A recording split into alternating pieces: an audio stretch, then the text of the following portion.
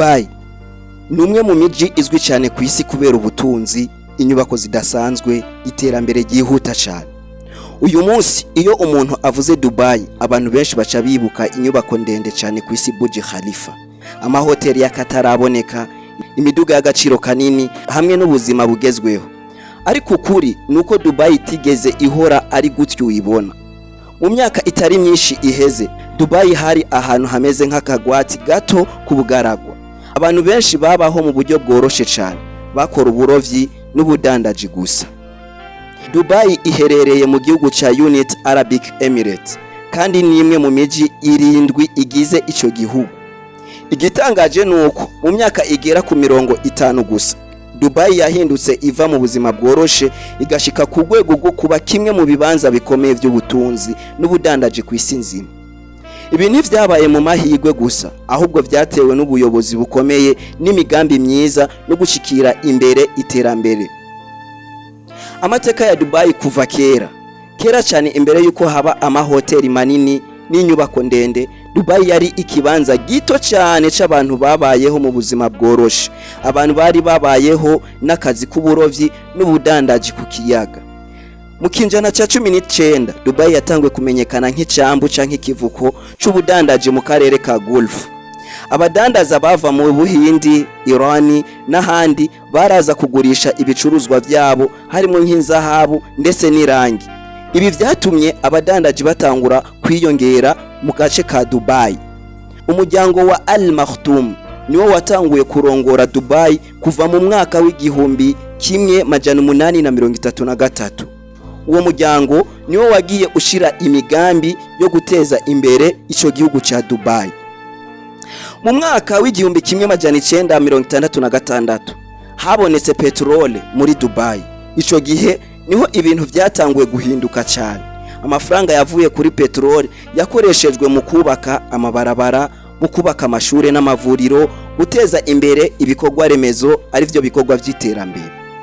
Ariko ikintu benshi batari bazi niki, barabonye ko petrole izoshobora guhagarara ku munsi umwe, baca batangura gushira imbere ubundi buryo bw'ubutunzi.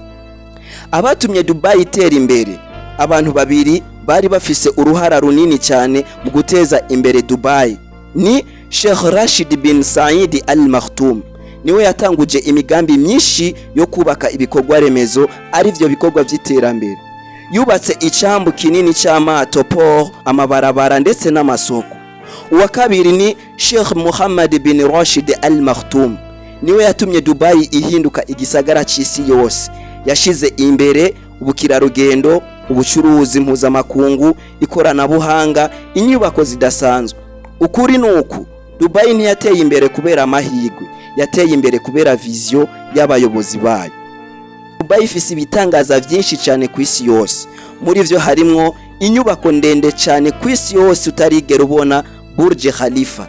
Niyo nyubako ndende kurusha izindi ku isi, ifise uburebure bwa metero zirenga 828. Pal Mujaira ni kigwa cyakozwe n'abantu mu kiyaga. Burj Al Arab ni hoteli izwi cyane ku isi kubera ubwiza n'igiciro kinini.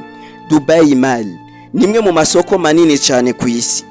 Igituma Dubai iguma itera imbere, hari ibintu bikomeye bituma Dubai iguma itera imbere: politike nziza y'ubudandaji, kwakira abanyamahanga benshi, gushira imbere ubukirarugendo, ikoranabuhanga rigezweho, kubaka ibikorwa vy'iterambere bikomeye.